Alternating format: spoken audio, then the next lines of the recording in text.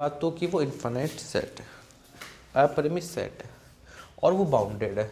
जैसे कि हम देख सकते हैं एक सेट है 1/n का, तो इसके अंदर एलिमेंट क्या हो जाएंगे 1, 1/2, 1/3, 1/4, ऐसे चलेगा, इन्फिनिट एलिमेंट हो जाएंगे इसके अंदर। और ये बाउंडेड भी है हमारा, बाउंडेड किससे, 1 से बाउंडेड है, ठीक है, सारी वैल्यू किससे छोटी है, 1 से। तो ऐसे हम देख सकते हैं कि जो इन्फिनिट बाउंडेड सेट है उसका कम से कम एक लिमिट पॉइंट होगा, ये हमारा कहना चाह रहा है। और देखिए इसको कैसे प्रूफ करेंगे, बहुत इंपॉर्टेंट प्रमेय है। माना एस आर का एक असीमित परिबद्ध समुच्चय है।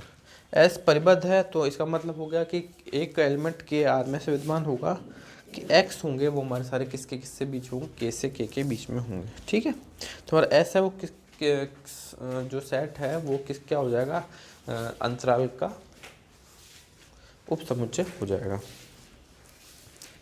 अब हम मान लेते हैं ए हमारा क्या है, x belongs to R, X के अधिक से अधिक सीमित अवयवों से बड़ा, ठीक है। तो हम मान लेते हैं कि एस ए है वो क्या है, ए के अंदर वो सारे एलिमेंट हैं जिसमें s के अधिक से अधिक सीमित अवयवों से बड़ा है, अर्थात x समुच्चय ए का अवयव होगा यदि और केवल यदि s के अधिक से अधिक सीमित अवयवों से बड़ा है। तो इसका अर्थ यह भी है कि x s के सभी अवयवों से बड़ा नहीं है, अर्थात x के सभी अवयवों से छोटा है, तो भी x s का अवयव होगा, ठीक है। तीसरा हो जाएगा k हमारा less than u for all u belongs to s।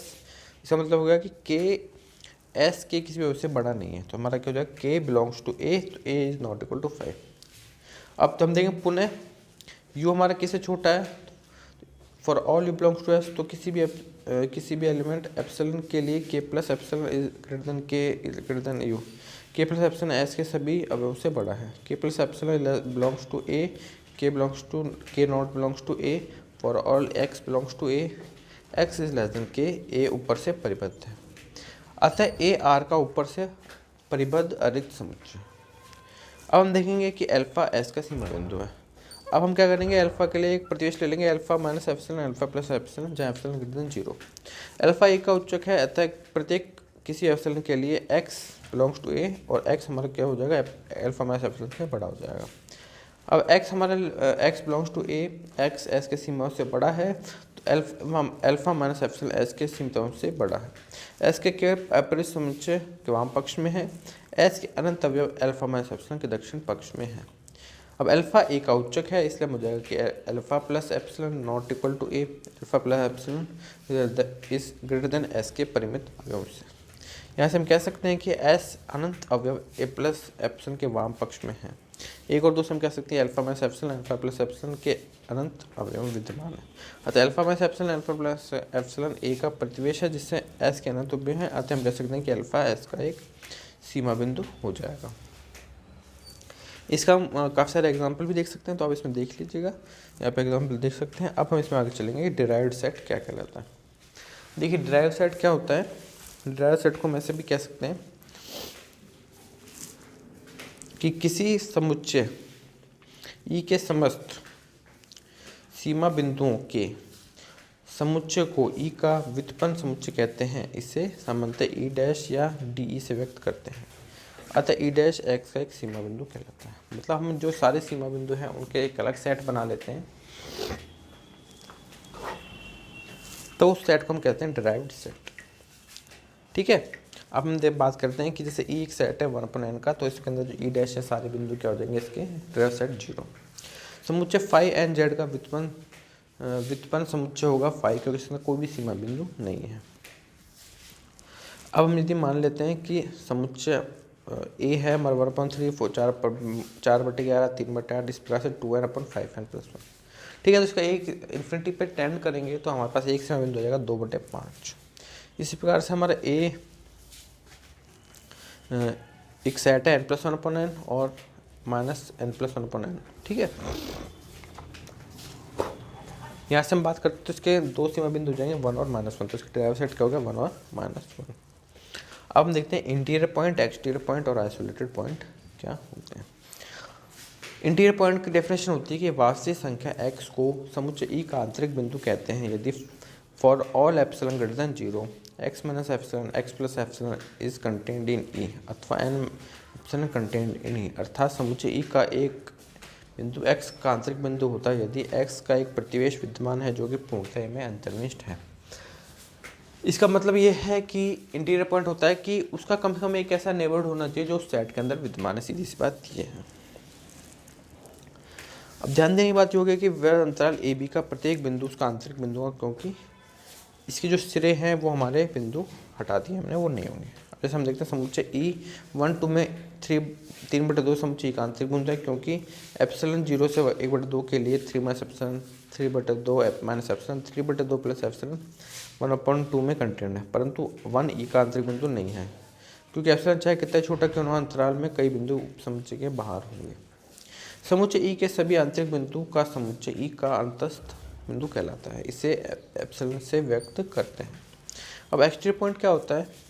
वास्तविक संख्या E को समुच्चय E का बाह्य बिंदु कहते हैं यदि x के लिए प्रत्येक परिवेश का हो जो E के किसी बिंदु को अंतरिष्ट करता हो, अर्थात x समुच्चय E का बाह्य बिंदु होगा यदि यह r - E का आंतरिक बिंदु कहलाता है। आइसोलेटेड पॉइंट क्या कहलाता है? एक वास्तविक संख्या x समुच्चय E का वियुक्त बिंदु कहलाता है यदि x समुच्चय E का सीमा बिंदु नहीं है।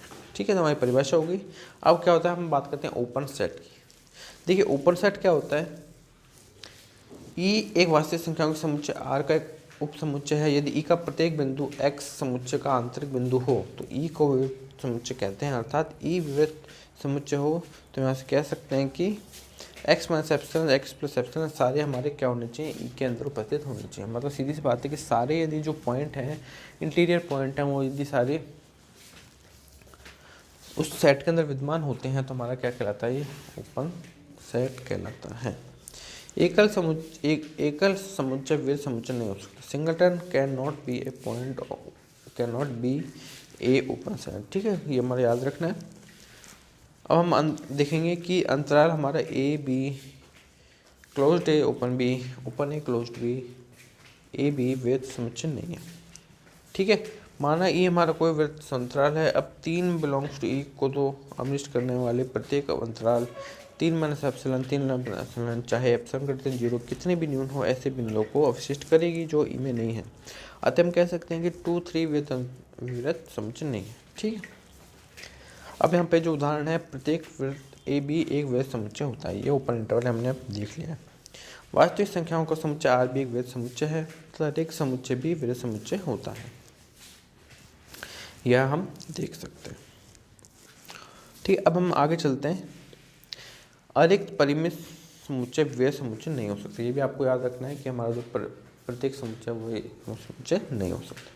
परिमेय संख्याओं का समुच्चय क्यों विवृत समुच्चय नहीं है? विवृत समुच्चय पर कुछ प्रमेय है, बहुत इंपॉर्टेंट प्रमेय है। दो विवृत समुच्चय का संग एक उप समुच्चय होता है। Union of two open set is a open set, आपको याद रखना है।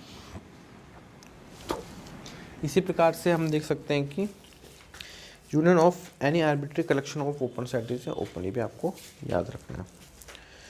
विवृत समुच्चयों का प्रत्येक परिमेय सर्वनिष्ठ निर्धारण एक the intersection of final collection of open set is open set, ये भी आपको याद रखना है।